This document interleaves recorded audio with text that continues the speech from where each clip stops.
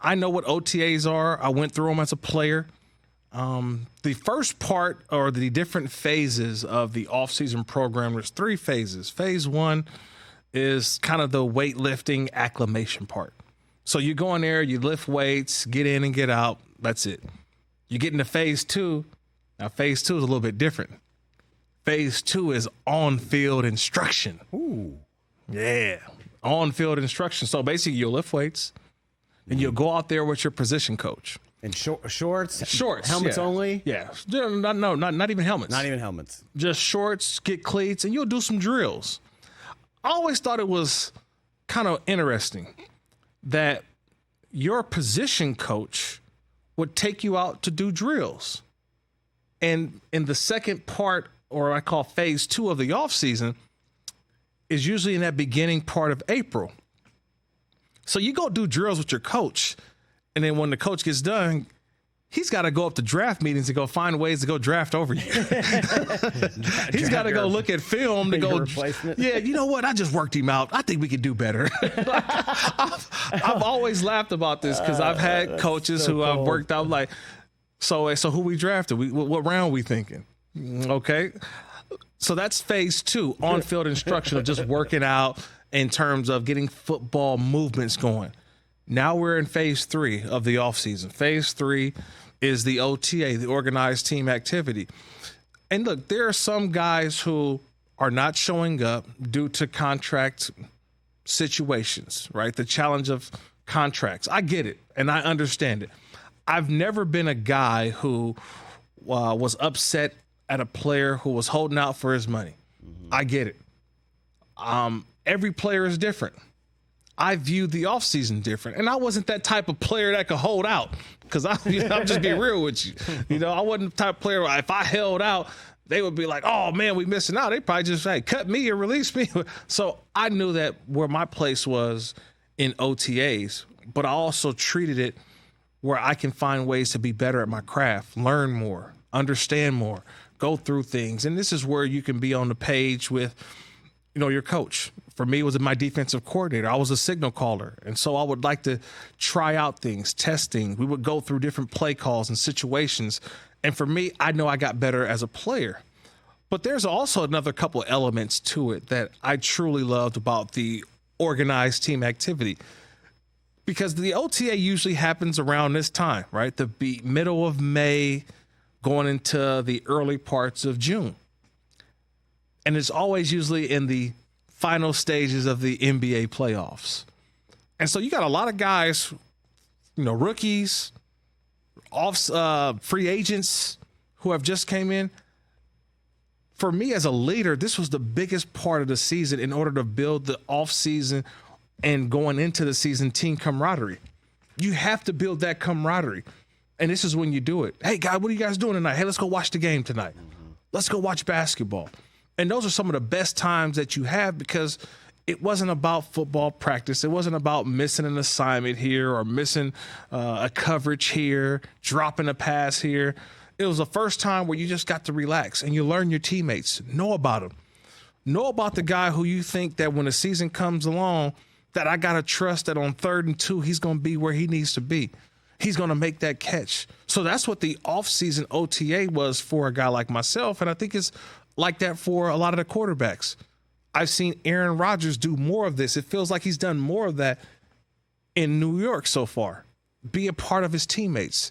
Develop those relationships. Build that trust that when you get to the regular season, you know the guy who's next to you. OTAs bring all of that out. But there's also situations that I remember my rookie year in the National Football League. I was drafted by the Raiders, and at the time, Charles Woodson was on the franchise tag, right? Hall of Famer, Super Bowl champion Charles Woodson. And my locker was right next to Charles Woodson's. Well, my locker was right next to locker number 2, which was next to that one was locker number 24. Remember, Charles Woodson had 2 lockers. So he had the NFL locker, and then he had the college locker, and then 52, that was my locker. So I'm right next to Charles Woodson. It was so fun. But his locker nobody was ever there. He didn't go to OTAs. I remember he showed up at the mini camp, but he like worked on the opposite field. Like he was there so that he didn't get fined, and he just did workouts. And I'm like, man, you know, and as a rookie, I'm like, I thought OTAs meant everybody. It's mandatory. And I realized it's voluntary mandatory. I mean, it's voluntary to be there, but it's mandatory for you to be there. But if you're other players, yeah, a little bit different. You don't have to go. Charles Woodson was one of those players that I was around, that I realized he's not at the OTA, but I wonder why. Like, would he want to be here? Right. What, you know, and I didn't, you know, I barely knew him. Didn't go to OTAs. Showed up at the mini camp. Didn't even really do anything at mini camp. Got to training camp. Practice here and there. You know, wasn't really full speed. You know, I'm like, man, like, everybody else is busting their butt. I'm trying to make the team. I'm trying to do everything. And then finally we got to the regular season. And we got to week 1. And I was out there.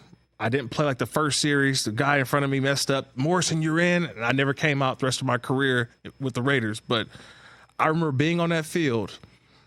And there was a play that happened. And I'm running. And I just saw this number 24 come out of nowhere. Wow! I said, whoa. And I realized not all guys are created equal. I realized that Charles Woodson was that dude. That some guys have built up a resume. They have the cachet that they don't need the offseason program the way that younger players or other players would need it. I watched that film and I said, that's what a Hall of Famer is. That's what a great player is. So I say that is that we see some players who are not showing up for the OTAs. But I think that a CeeDee Lamb will be fine. I think a Justin Jefferson, he'll be okay. I think Micah Parsons, he'll be fine. There's some players who it's not necessarily a big deal. And people will say, oh, my God, this guy's not at OTA. He's not at OTA. We go through this every single year. As long as they're there that opening weekend in September, when it's time to put the pads on, it's fine with me. But you got to go play. You got to show up and ball. Don't come in there and be not who we expect you to be. You got to go out there and be the player that has shown that, hey, if you want to be, you know, you want to be in an off season and kind of do your own thing, your own work, that's fine. But you better show up come season. And those are some players who I think that will. So it's not necessarily, guys, a big deal when I see the reports, this guy's not at OTA. He's just out for trying to get his contract. And this is all voluntary. But for some people, it should be mandatory. But I think it should be just for the younger players. Like younger players. Other players understand that, though? Like when a guy's kind of not there, knowing that he's got a contract, it's kind of cool or understood the other players who are there that it's fine? Or yeah, it's fine. I believe that only because it's funny. Like, that doesn't control what I'm doing. Right. Like, that guy not here, that's fine. But I got to make the team. I got to do what's best for me. Right. Like, he may be in a contract situation. I'm still either trying to get to the contract or trying to maintain what I'm doing as a player. So I don't really think about look, that's the cliche answer from coaches. They always say, hey, let's just only talk about the guys who are here. Right. I can only talk about the guys who are here. Sure. I can only talk about the guys who are here, which honestly is the right approach. And that's, I think, how players see it. Like, hey, I can't really speak about this guy. He's not here. But I do know that he's working out. He'll be ready to go for the season. I choose to be here. A lot of many quarterbacks are all there, right, for the most part. I haven't heard any. I think Tua went to Nick Saban's golf tournament as an excused day. So that was the only thing that I've heard. But all the quarterbacks are there because they realize that, hey, I got to have the chemistry with my wide receivers, my running back. Always felt like, and maybe this partly one of the reasons why I always had to go to OTAs was because I played for 6 coaches in 8 years. So it's like there's a new regime, new system every single year. Yeah. So it was like I had to be there because I had to learn a new terminology, learn a new philosophy, how the practice format would be. But the OTA or the practice, you're only there for 4 hours. They can only keep you for 4 hours. It's a morning lift for an hour. It's a meeting for an hour. It's on-field instruction for 90 minutes about 90 minutes. And then you have a post-recovery and you're done. You're out by 12 o'clock. I wasn't playing golf then. Had I known, I would have been playing golf. Oh, man, 12:30 tee time. 12:30 tee time. I would be going out with all the specialists, right? Quarterbacks and punters and kickers and all of that. I'd have been hanging with them. But I spent time hanging out with the fellas, going to go watch a game, going to a bar, going to somewhere where we just go have a little fun. It's still summertime, and then you got responsibilities as you got older. But for the most part, that's what the OTA was really for me. And I enjoy watching the videos and the clips. But I do say this: every social media account for the teams, they're never going to show a bad play. You know that? Like, always. Well, unless it's the Dolphins and they show like a wobbly Tua deep ball. I know. I saw that, right? That's what they've been doing the last couple of years. I know. I just saw I remember earlier in the conversation that, I was having with John Skowanski. I remember I asked him, Kowalski, why I say that? I was talking about the Minnesota Vikings and kind of what they put out there. And the answer that he gave us was like, yeah, they're doing this so that we can temper the expectations of J.J. McCarthy. We're telling everybody QB1 is Sam Darnold. Right. Sam Darnold's still good, everybody. Please look at Sam. And they're showing all these Sam Darnold, throws during training. I mean, how many Caleb Williams throws have we seen on the internet so far, right? 1 million. Oh, ChicagoBears.com, Chicago Bears social media, Instagram, Twitter, all that. Look at Caleb Williams. We got us one. QB1. Look at this, y'all.